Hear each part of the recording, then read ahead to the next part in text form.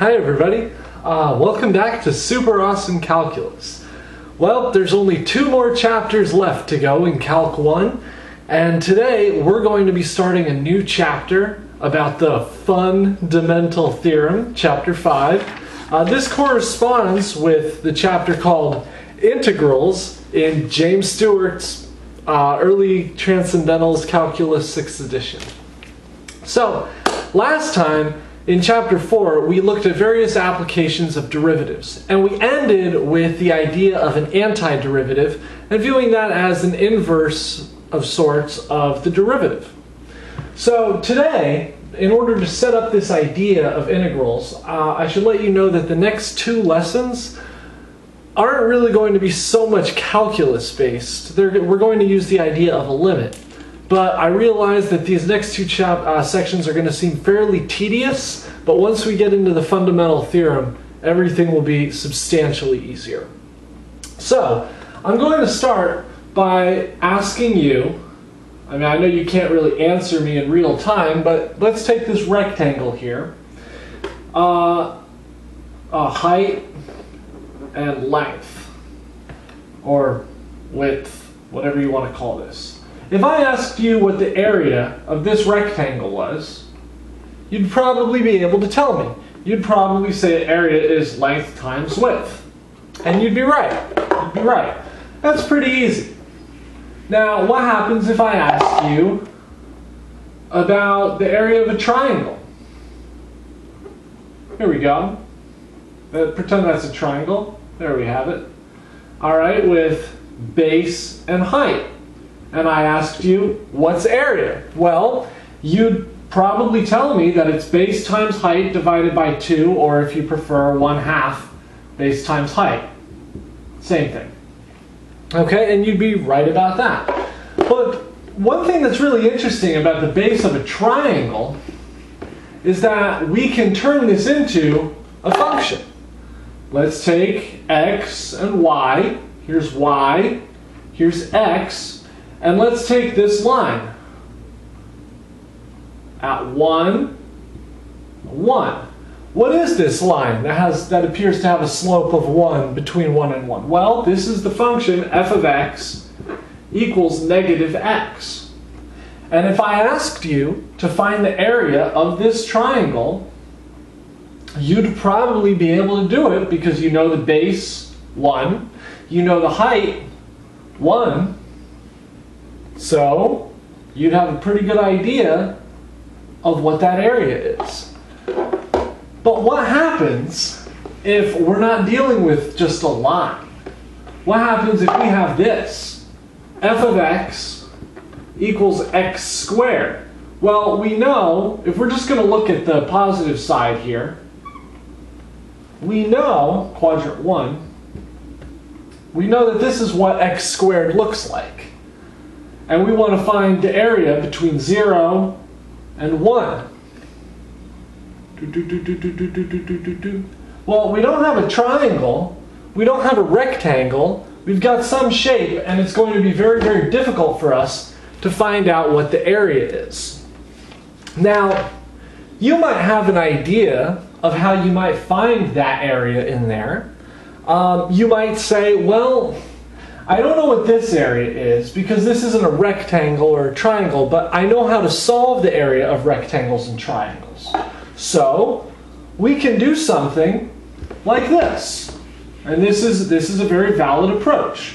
I'm going to rewrite this graph, redraw the graph and make it a little bit bigger to serve the purpose that I intend. Going to exaggerate it.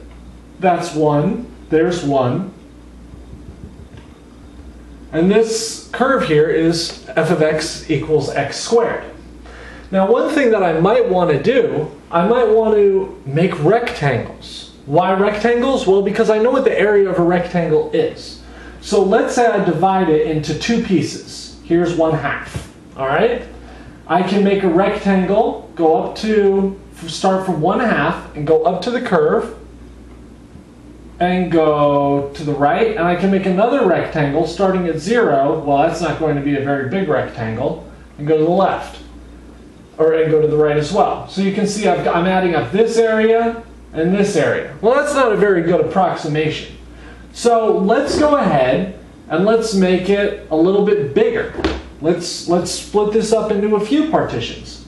Let's do a quarter, a half, and 3/4. Well, then we can take rectangles and let's start them. Let's do it this time. Instead of going up to the curve and to the right, let's go up to the curve and make a left to the previous one.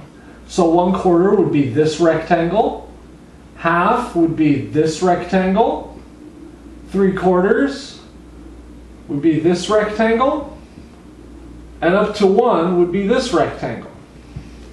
So you can see the idea. This gives us a better approximation of what the area of that curve is. We take the area of this, plus the area of this, plus the area of this, plus the area of this, and we'll be somewhere in the neighborhood. But what happens if we take more rectangles? You'll see that the more rectangles we get, the less of this dead space up here we have. You see, it's like now we're only with tiny little steps. And if we go even smaller, if we keep going, we'll just get smaller and smaller and smaller and smaller discrepancies until we're basically there. So in fact, the way that you'd formulate this is we'd take an infinite number of rectangles. We'd find the area of an infinite number of really small rectangles. Well, what is the area of these rectangles? Area is length times height, or length times width. We know the length, for instance, between 1/4 and a half. Length equals 0.25, or x. What's height, or width? Well, width is going to be f of x. So it's going to be the value of the function at those numbers. So f of x at a half is going to be a half squared. And with width, we just plug in that number. And basically, you'd take, what I wanted to say here though, isn't so much the number, is that it's delta x. Delta x, in other words, it's the change in x is our width, or is our length. There we go. Yeah. See, the concept of width doesn't really make too much sense here. So I'm going to it might make sense to you, but it just confuses me. So basically, you've got x times delta x. Because here's delta x is the distance. And we want the height, so it's f of x delta x is that rectangle. But we've got other rectangles. So let's call this rectangle x1, shall we?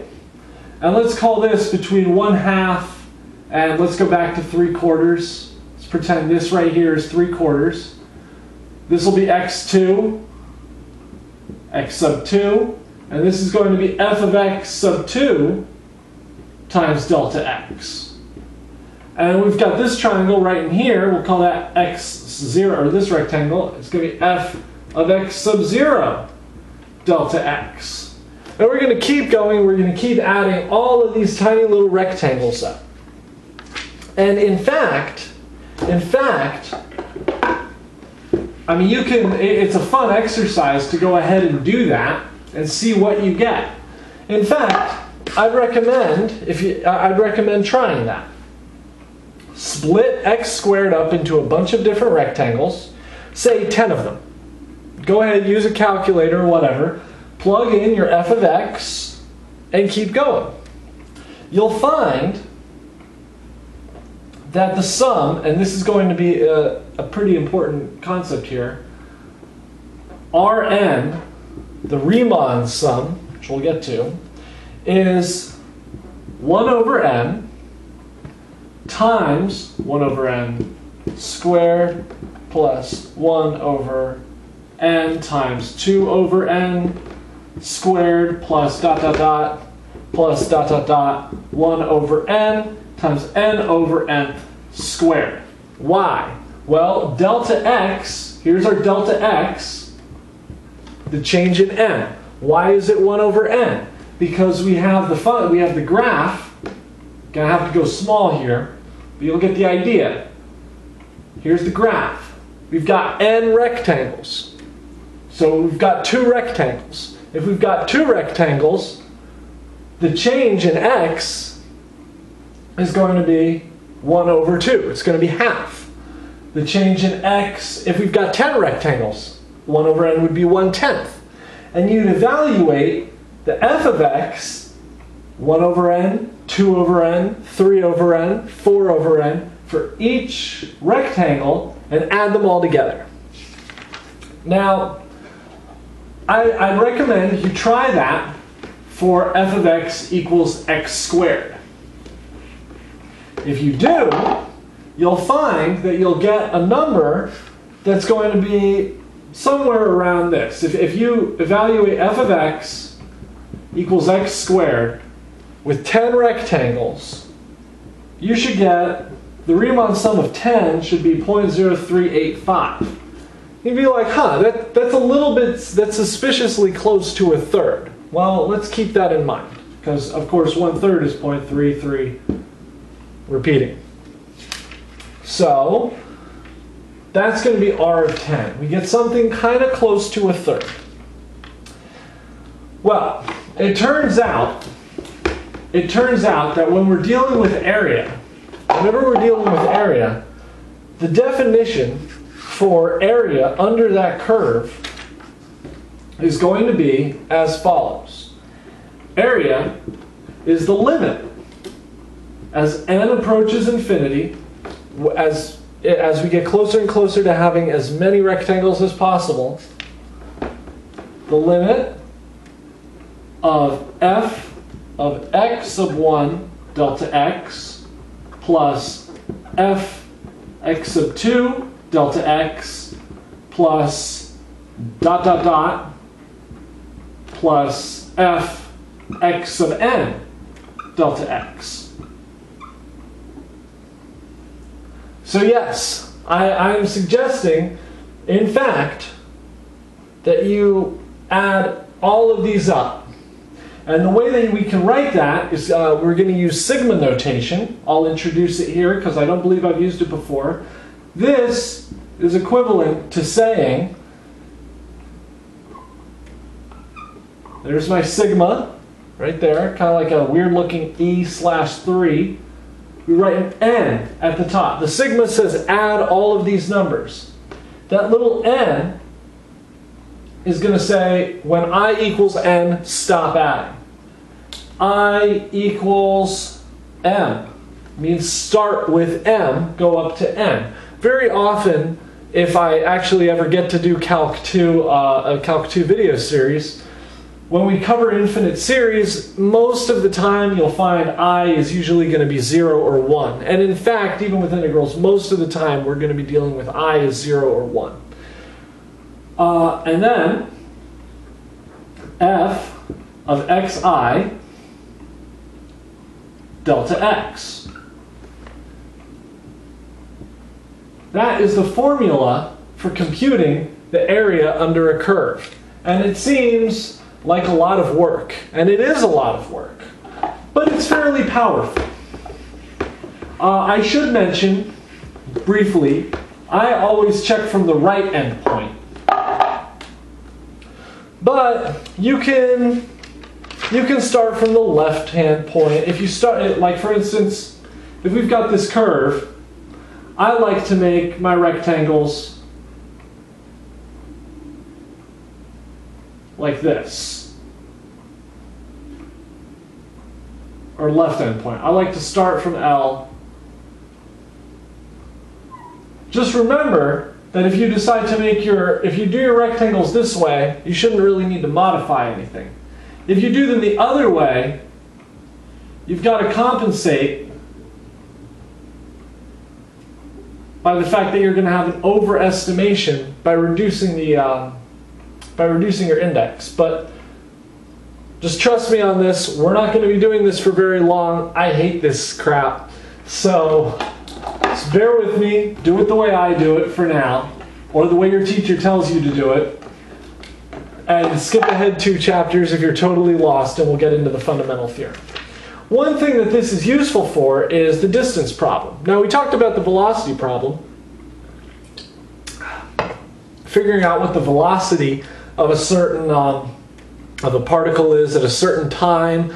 We did that dropping a stone off of the CN tower way back in chapter 2, and we figured out at what point, how fast exactly it was going at a certain moment in time.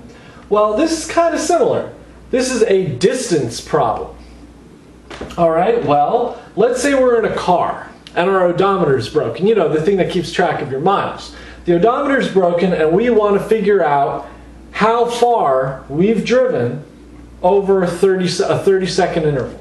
Now, how would you do that? If you didn't have a distance readout, how would you tell me how far we've gone? And there are none of those cute little mile markers that show you. None of that. Well, one thing you might do is you might take a reading, like you might look at the speedometer every 5 seconds or so and see how fast you're going. So let's make a table. Time and velocity. Tables are really, really useful. Time is in seconds. Velocity is in miles per hour. Okay? So at 0 seconds, we're going 17 miles an hour. All right? At 5 seconds, we're going 21 miles an hour. At 10 seconds, we're going 24. At 15, we're going 29. Let's see if I can squeeze this in here. 20, 25, 30. I can just make it. 20 seconds in, we're going 32 miles an hour. 25 seconds in, we're going 31 miles an hour. 30 seconds in, we're going 28 miles an hour.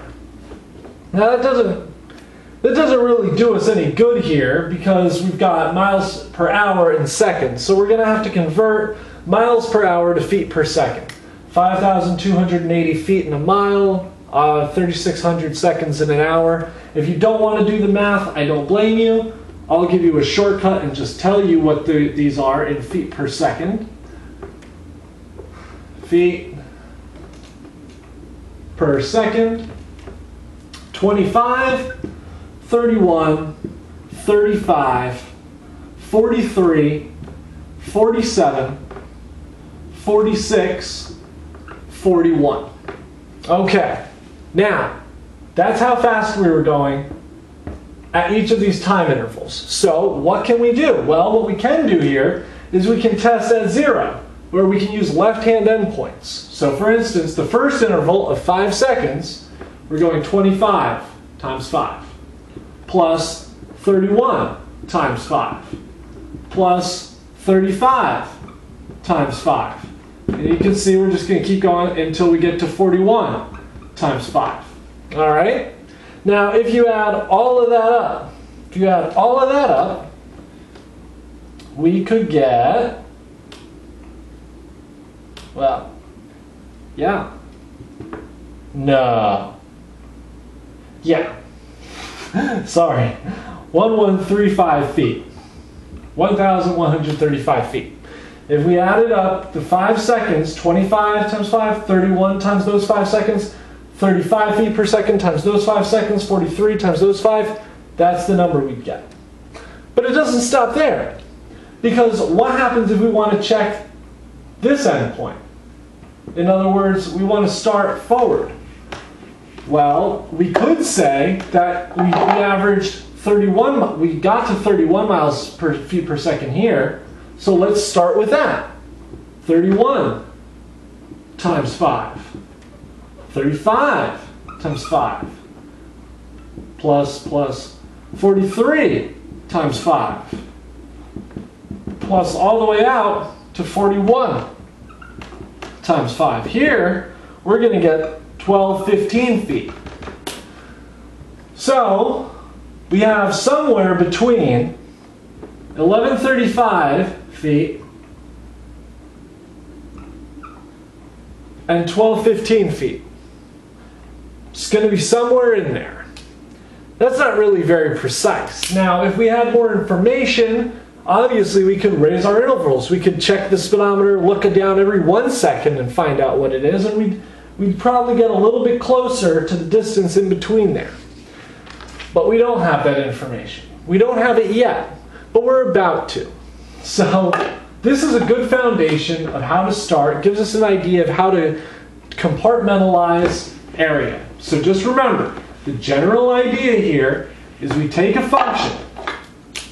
If we don't know the area of this function between A and B, that's fine. What we'll do is we'll take n rectangles, however many you choose, and 1 over n, 2 over n, 3 over n, 4 over n. Take the rectangles and find the area of these rectangles and add them together. It's as simple as that.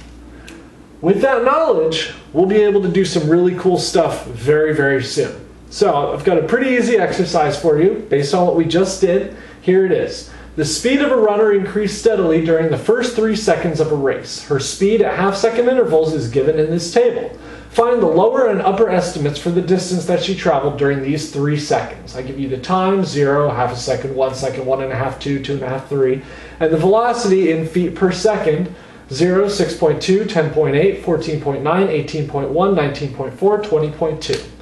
So go ahead, find a lower and upper estimate, and next time we'll introduce the idea of the definite integral, which will lead us to the fundamental theorem of calculus. Until then, thank you very much for joining me, and have a wonderful day.